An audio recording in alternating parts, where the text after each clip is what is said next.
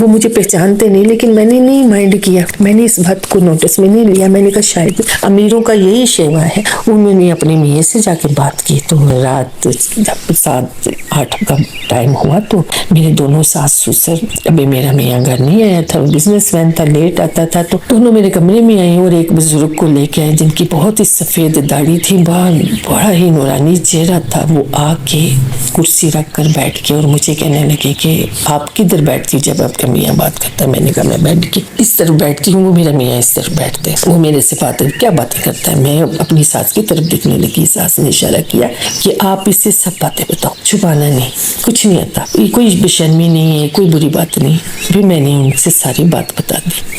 میں نے انہیں بتایا کیسے وہ چیزیں دکھائیں. وہ چپ کر کے میری چیزیں دیکھی، ساری بات سنی. بات سننے کے بعد کہنے لگے، پیچھے مڑ کے میری ساس کو کہنے لگی کہ جب آپ نے اپنے بیٹے کا نکاح کیا تھا تو آپ نے اس کے گلے میں تعویذ دیکھا تھا؟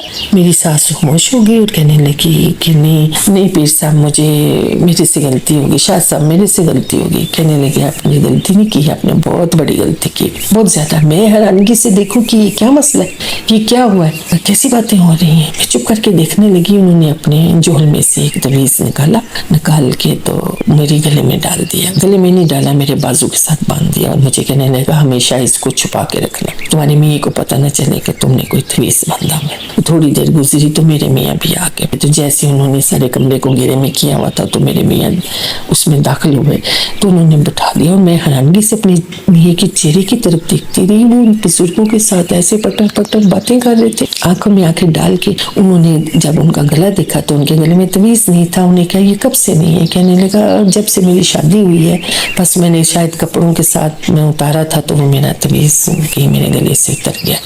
وہ میری ساس سے مخاطب ہوئے، کہنے لگی میں نے آپ کو کہا تھا کہ جب آپ اس کی شادی کریں تو آپ نے مجھے بلانا ہے. اتفاق سے پیر صاحب وہاں پر تھے بھی نہیں، وہ کسی دوسرے شہر میں گئے ہوئے تھے اور انہوں نے جلدی میں کر دی، جیسے پیر صاحب نے کہا تھا کہ جلدی اس کی شادی کر دی جائے، جیسے میں تعویذ اس کے گلے میں ڈالوں گا اس کے مہینے کے اندر شادی کر دی جائے. انہوں نے میری شادی کر دی تھی اور میں چپ کر کے کبھی ان کی شکل پہ کبھی ان کی شکل میں دیکھ رہی تھی. وہ یہ باتیں کر رہی تھی. انہوں نے پھر میرے میاں کے گلے میں ایک تعویذ ڈالا اور ان کے بازو کے ساتھ تعویذ باندھا اور مجھے کہا کہ بیٹا تم اس کی بیوی ہو، یہ تمہارا شوہر ہے اور تم اپنی جان سے زیادہ یہ خیال کرنا کہ اس کے بازو کا تعویذ اور اس کے گلے کا تعویذ نہ اترے.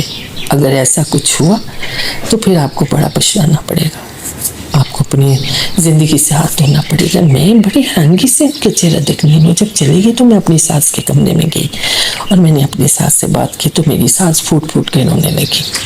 وہ بتانے لگی کہ اس طرح کی بات ہوئی تھی کہ میرا یہ بیٹے کے ساتھ ایسی پرابلم ہے تو اس لیے ہم نے کوئی بھی شادی کے لیے رضامند نہیں ہوتا تھا کیونکہ یہ لا تعلق ہے عورت سے، تو میں نے اس لیے غریب گھرانے کی بیٹی لائی تھی. تو بیٹا دیکھو میں نے تمہیں کوئی سہولت آرام دیا، محکومیت کوئی تکلیف نہیں، کچھ نہیں. میں چپ کر کے ان کی ساری باتیں سنتی رہی اور جب چلے گئے تو مجھے بڑا ہی افسوس آیا اپنی ماں پر، اپنے باپ پر.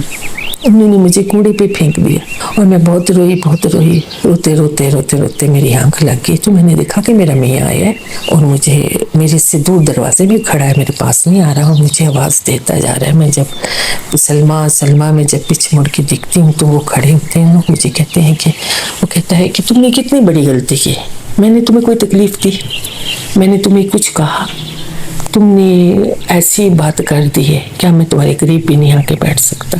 اب مجھے بھی تم اچھی لگنے لگی تھی اور تم نے ایسا کیوں کیا؟ میں نے کوئی بات کا جواب نہیں دیا. میں چپ کر کے ان کی طرف دیکھتی رہی. میں نے اپنے میاں کو دیکھا تو وہ میرے ساتھ بیٹھ پر لیٹا ہوا تھا اور وہ میرے میاں کی شکل میں مجھ سامنے کھڑا تھا اور مجھے کہنے لگا میں کبھی کسی کو تکلیف نہیں دیتا، میں صرف اس کو سزا دیتا ہوں. میں نے ڈرتے پوچھا کہ میری میاں نے کیا کیا تھا. انہوں نے بتایا کہ ایسے یہ پہاڑی پہ دوستوں کے ساتھ مل کے سیر کرنے گیا تھا اور میں پہاڑی کے نیچے بیٹھ کر ایک درخت کے نیچے بیٹھ کے عبادت کر رہا تھا تو اچانک میرے پہ پانی گرنا شروع ہو گیا. میں نے جب پیچھے دیکھا تو تمہارا میاں تھا، اس نے گند کیا تھا میرے پہ اور میں پلیت ہو گیا تھا. میں اسے نہیں چھوڑوں گا. میں نے صرف اس کو بھی یہی سزا دی ہے کہ کسی سے بات نہیں کر سکتا، کسی کی طرف دیکھ نہیں سکتا، ایون کہ اپنے ماں باپ سے بھی بات نہیں کرتا. میں اسے یہ سزا دیتا ہوں اور کبھی راتوں کو یہ چیخیں مارتا ہے تو میں نے اسے سزا دی بھی.